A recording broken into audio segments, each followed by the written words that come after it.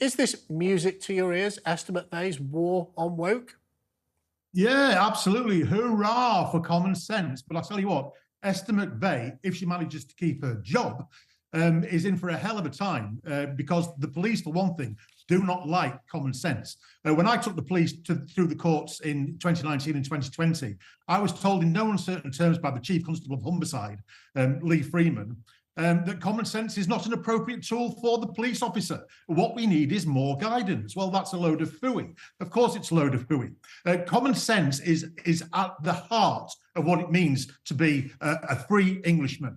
Unlike the Europeans, who are led by the nose via guidance, we are free to do, to think, to speak, to say whatever we like, right up until the point that the law, not guidance, that the law says this far and no further. So what we need to do is throw the guidance in the bin and get back to enjoying a country where our freedoms are guaranteed by the sovereign and the police only interfere with us when we've broken the very clear law. Well, Harry, I thought you might say that. So I wondered if you'd seen the recent guidance by Staffordshire Police that someone referring to a policeman, or a policewoman, I guess, could be committing a criminal offence, not even offending someone. You could be committing a criminal offence.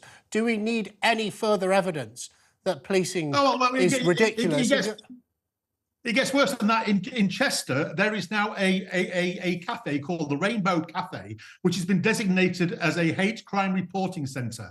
And what they have been instructed to do is to record as a hate crime if you have been ignored. So now not talking to somebody is a hate crime, as well as saying the wrong thing to somebody. This is why we need a minister for common sense. And I wish Esther McVey the best in the world. And I tell you what, she needs to get hold of me at Fair Cop because she's got one hell of a battle on her hands. And we are the leading group and have been the leading group for the last six years in fighting for common sense. We are not Europeans. We do not need Napoleon to tell us what to do and what not to do. We are free people.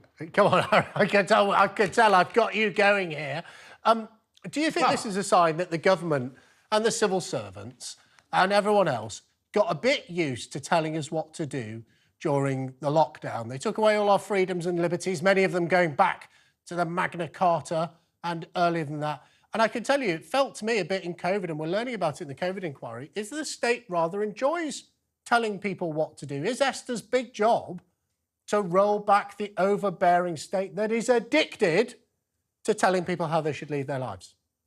You've absolutely got it in one. We've had a Blairite Borg in power since 1997. And during the COVID years, they absolutely loved it. They were in their element, telling us where we could walk, who we could see, when we could even sit and have a cup of coffee on a park bench. I mean, that's the kind of lunacy